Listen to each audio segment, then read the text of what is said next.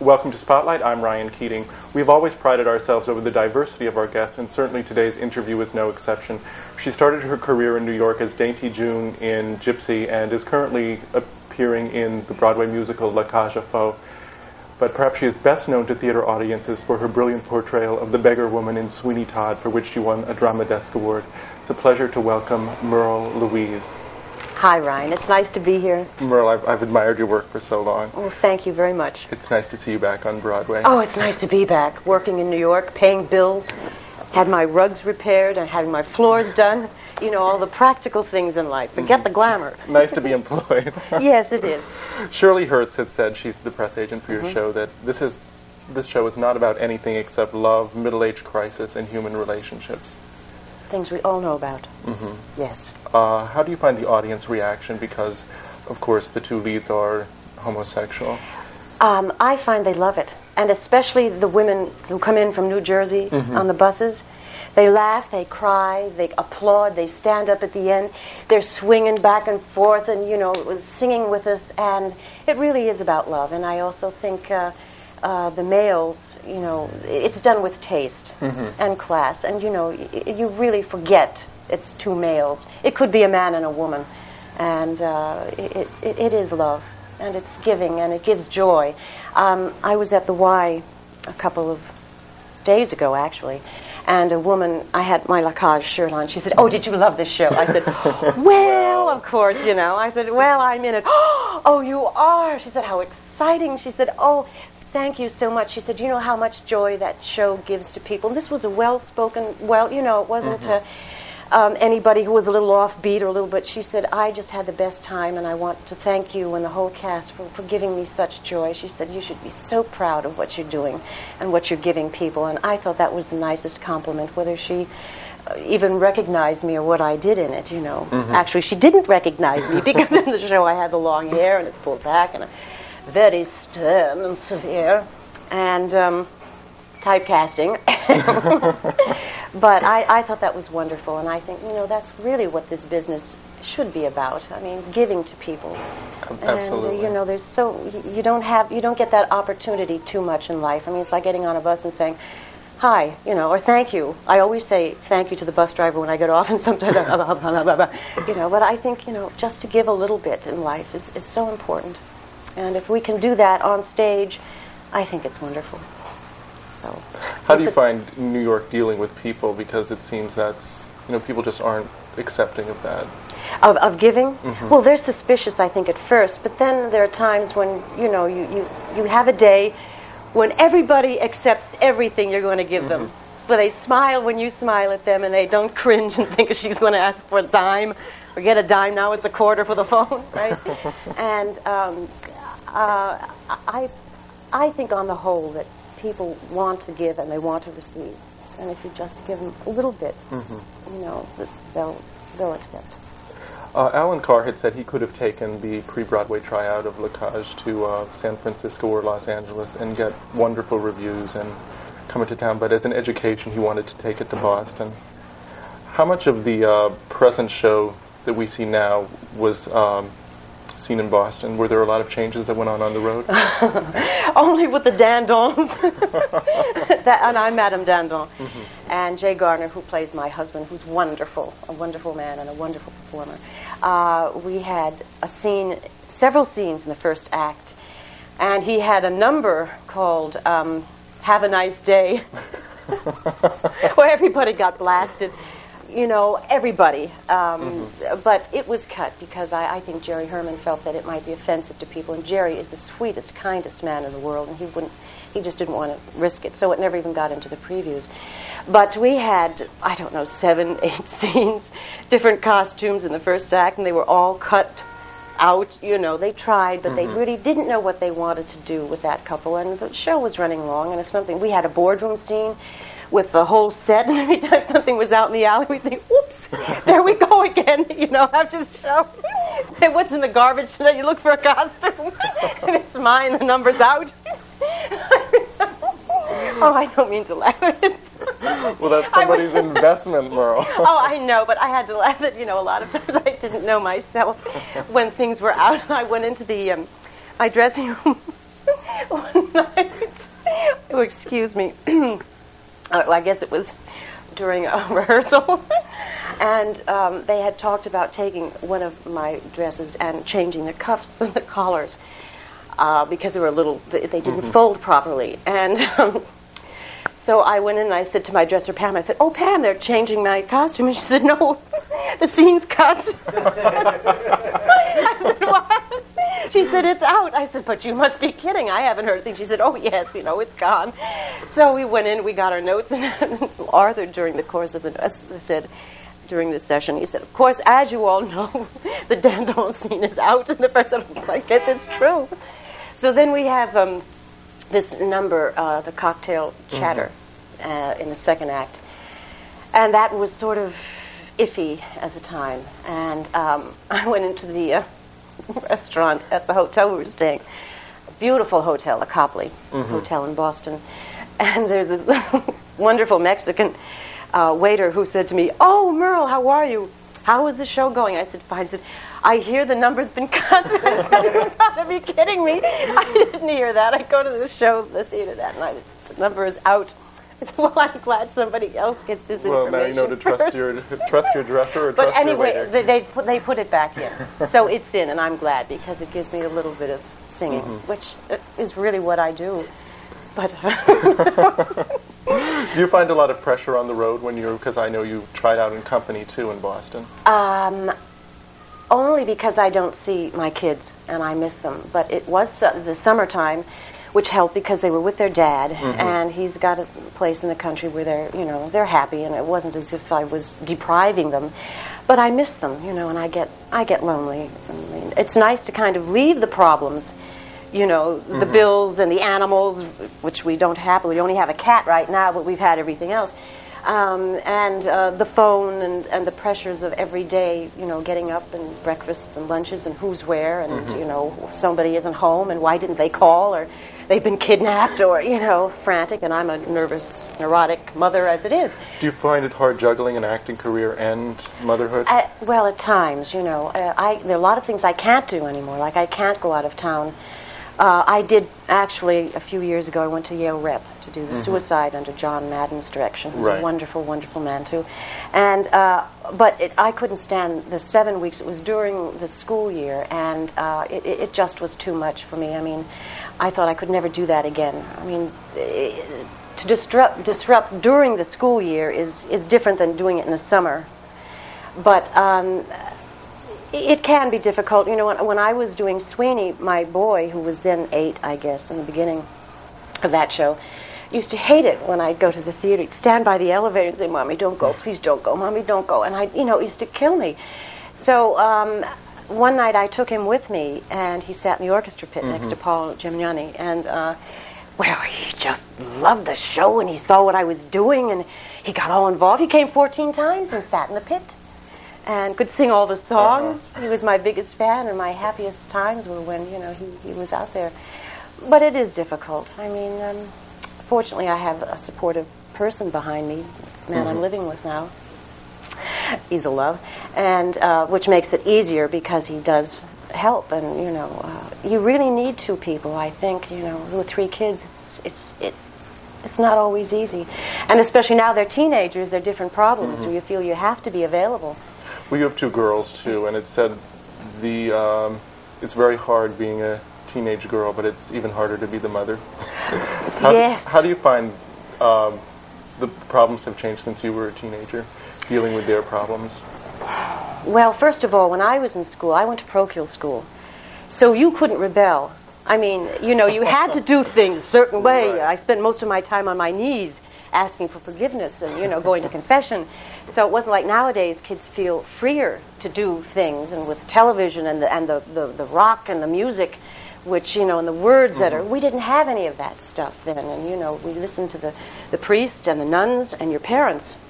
And we lived in a smaller community, and of course you had a certain group you traveled with. and you did certain things, but you never cut your hair in a strange way, or we could never wear any kind of makeup in school at all, not through high school, not even seniors, no lipstick. If you had anything on, you went to the ladies' room, and you removed it very quickly. Mm-hmm. So, but now kids they're allowed more freedom, and I think maybe it's sometimes difficult for them to have to put their own,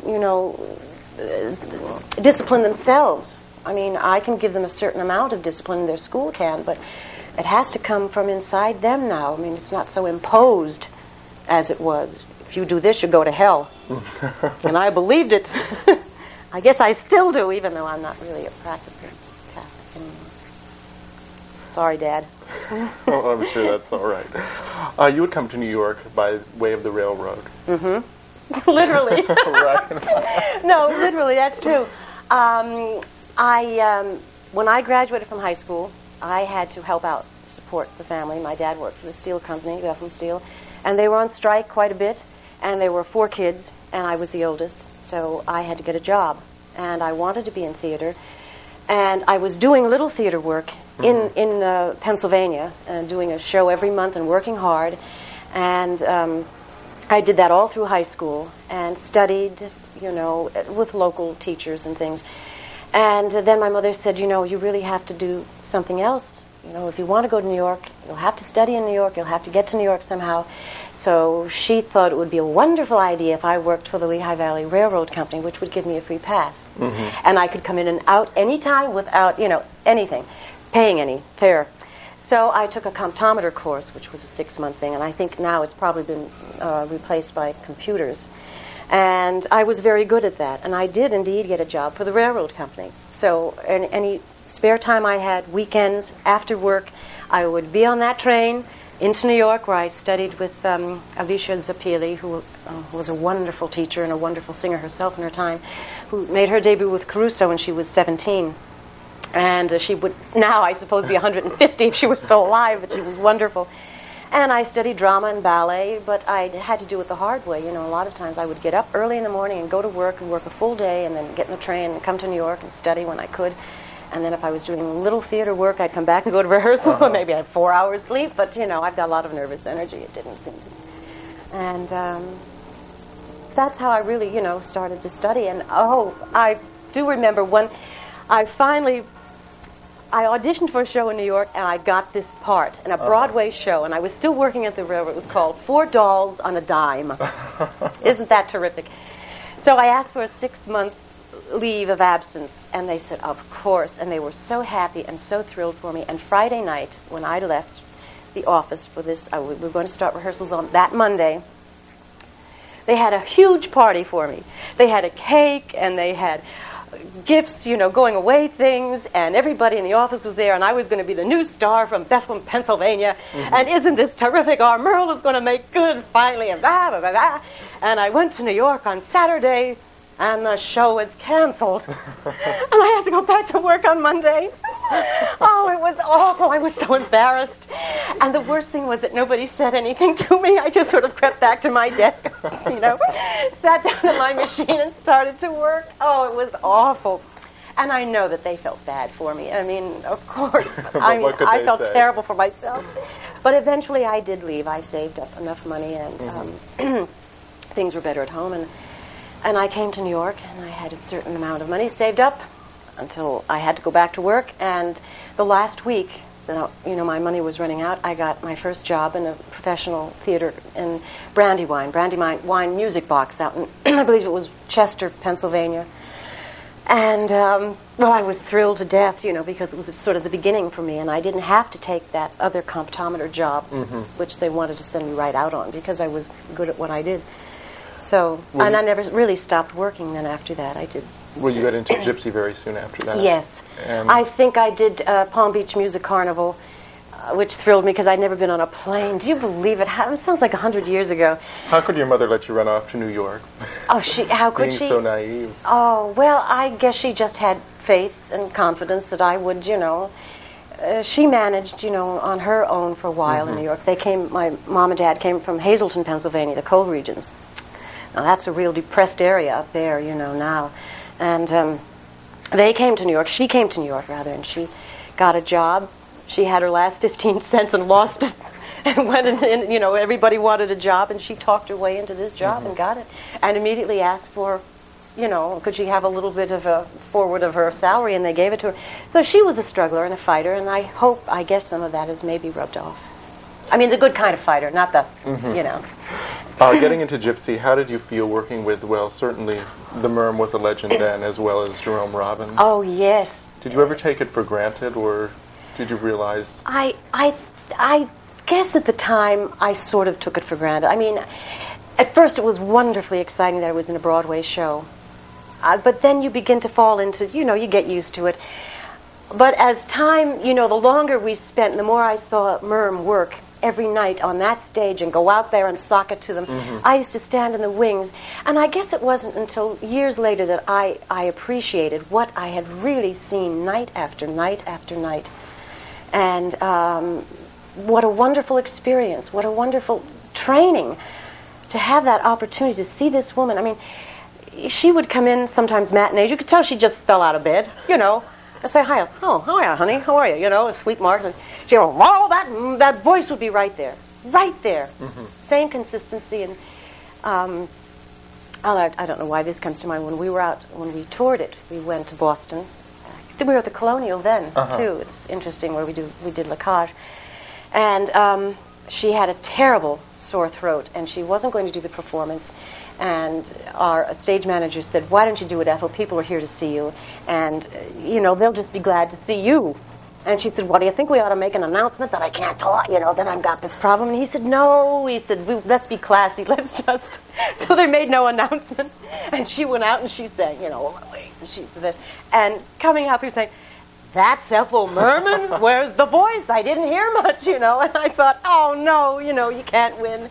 I know in Sweeney, if Angie was ever having a problem, they'd make an announcement. They say, you know, Miss Lansbury feels that she would like to do the performance for you, but please forgive her if she is not up to, you know, which was, of course, and people accepted that. But Merman, yes, I mean, you can't. She was, I remember another time when we were in Detroit, and everybody said she was a little, I don't know how to say this, unappreciative of gays. Well, she mellowed through the years, and it didn't mean one thing or another to Ethel. She just liked people or she didn't, you know? Right. And she was invited to this gay club, and she said, yeah, I'll come. And it was like a midnight thing, you know. And some of the cast went. I went, Betty Bruce, and Ethel, and a few people anyway. And they asked her to sing. Now I thought, oh, God, she's not going to. She said, sure.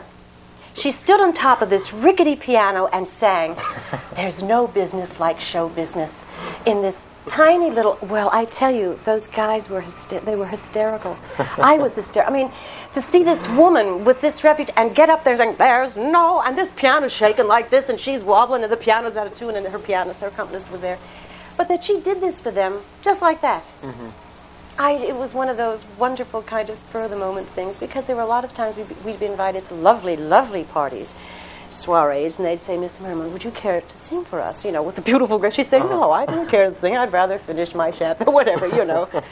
You know, but she was just a wonderful, with it kind of, you always knew where she was. There was no game playing or, you know, she was right there. Did you take a lesson from that in terms of that honesty, which is hard for a lot of people to achieve? Well, I don't know if I took a lesson from it. I could appreciate it, but I think you're either that way or you're not. And I think some people can try to be that way, and they can't be. But with Ethel, it was just her. There was no, you know, she couldn't. There was, I thought, this is kind of funny. When we were in New York, I remember they had the burlesque scene that would start at the second act, somehow they pulled the set down with all this tacky, and Ethel's father, her parents used to come to see the show a lot, and she loved her parents. She was good to them. God loved the lady, you know. She really was, she loved them.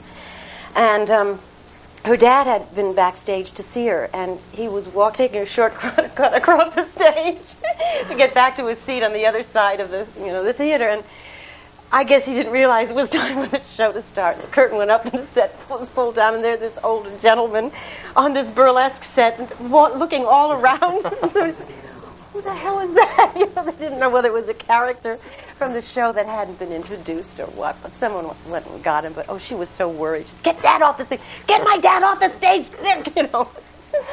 Oh, gee. It was a wonderful, wonderful time. You were the only one besides Ethel that was from the beginning of the production to the end. Yeah. And you had toured in it as well. Yep, 9 months. One thing Donna McKechnie had said in an interview that when she took out the national company of Funny Thing, it was the best thing she could have done for herself because she got such an education touring around the country. How did you find that experience? I found it enlightening. I did, because I never had the opportunity, and what better way to do it than when you're doing something creative and you have your days to go to all the museums and meet the people and to really see a place. And it wasn't like a night here and a night there. We spent time in each city, and I remember Peg Murray, who was in our original cast of Gypsy, the lovely actress. I didn't know whether I wanted to do it. I thought maybe I should stay in New York. I'm, kind of hot at the moment, and we should. She said, "Honey, do it." She said, "You need it. It seasons you somehow to take a show out and be out of town and to tour a country." And I took her advice, and I did it, and we had the best time, along with everything else. We had the best time. We used to have parties and hoot and howl and laugh. Oh, I just remember laughing all the time. It was just a wonderful experience. I even had my mother save some of the letters I wrote to her. Denise McLaughlin with them. She went to a party with one of the monkeys on her shoulder and piddled all down her, and it just funny things. And the little lamb we had eventually grew into a ram, and he used to go down the halls like this, button everybody in sight. As I said at the top of the show, you're very well known for your role as the beggar woman in Sweeney Todd. When you first saw the ad in Backstage where it said half-crazy beggar woman, how did you respond to it? I didn't. I just thought it had nothing to do with me.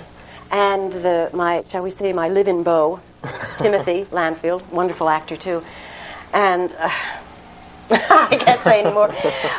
He read this and he said, "Merle, Hal and Steve are doing a new show. Why don't you audition?" And I said, "For what?"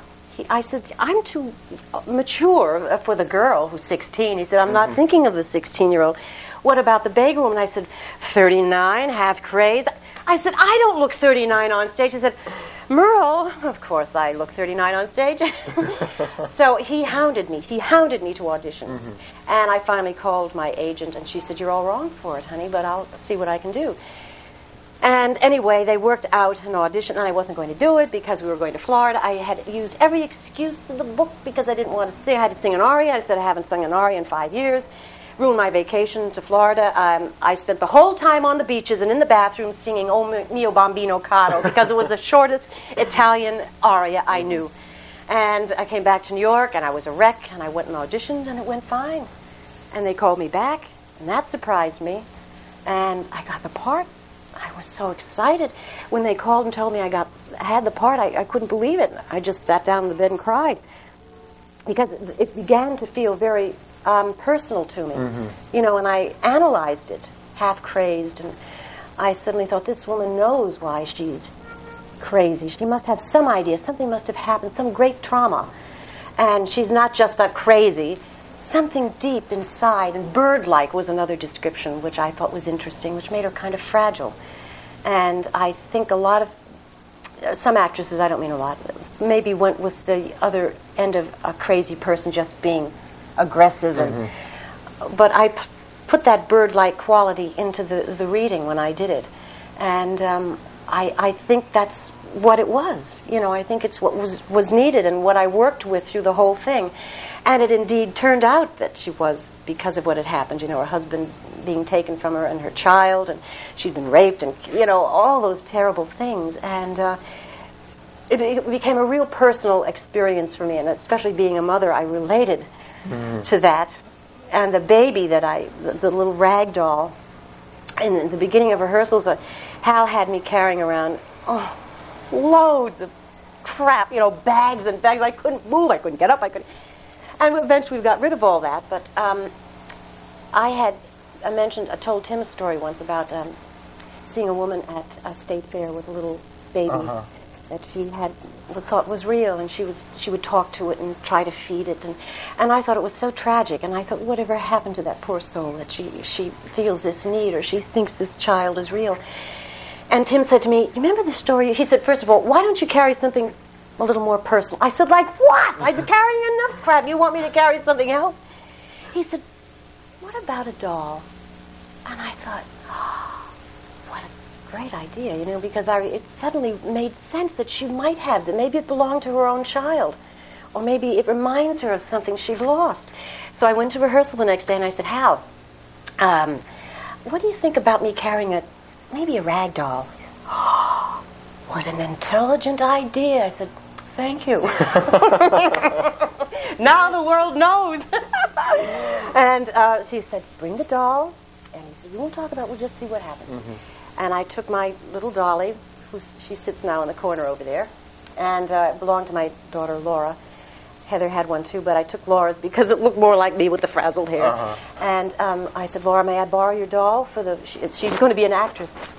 She said, "Okay, Mom." And I took her, and she never left my side. And it became such a part of, and it was a little handmade stuffed dolly. And it became so necessary and such a real, and I still love her. And sometimes when I feel insecure, I sit her on my lap. And I never washed her either, Laura. I brought her home after the show closed. She says, "Mommy, aren't you going to wash the doll?" And I said, "No. All this wonderful theatrical dirt from the Uris Theater, which is now the Gershwin. I said, I'm going to keep it." So. Well, you certainly owe a lot to Tim for that. I certainly do. I mean, he's been very supportive of my career. Do you find it hard having a relationship with somebody who is also in show business? Well, I find it hard. I think it's always hard for people in this business. The separations, I think, are the worst. Mm-hmm. Because there's always the thought maybe they're going to meet somebody else, you're on the road, you know, you're going to get involved even if you don't want to, you're lonely. And because I've been divorced, and my husband, who was a good man, anyway, he fell in love with his leading lady on a soap opera. Mm-hmm. And he left when the kids were quite young, 3, 5, and 7 years old. And I guess I really was so stung by that because I believe in commitment and relationships, and I wanted so badly for that to work. And it really shocked me because I thought, you know, sometimes you can get an infatuation, and if you work through it, it passes. You don't have to. We're human. I mean, I can go out and see an attractive man and say, "Oh," but I'm not going to say, "Hey, why don't you call me?" You know what I mean? Because why bother? I've got something wonderful here. He's terrific. I don't lack for anything. How did your divorce, because you were left with 3 young children, change your perception of your self-esteem? What did you rely on for your support? It was difficult. Jesus, I can't. In the beginning, I just felt so defeated because I thought it's one thing if a man leaves a woman alone, but if I wasn't enough, with 3 kids, I must really be something awful. I mean, you would think that the kids would be enough to keep him here, but to lose a man when you've got a family, 3 children, it made me feel, I think, 5 times more inadequate. Mm-hmm. And it was a real struggle at first, trying to really hang on to myself and to find things around the apartment, to maybe put up a painting in a different place, because this is the way I'd like to do it. And I hadn't worked in about 3 years because the last show I did was Company, another Sondheim Prince show.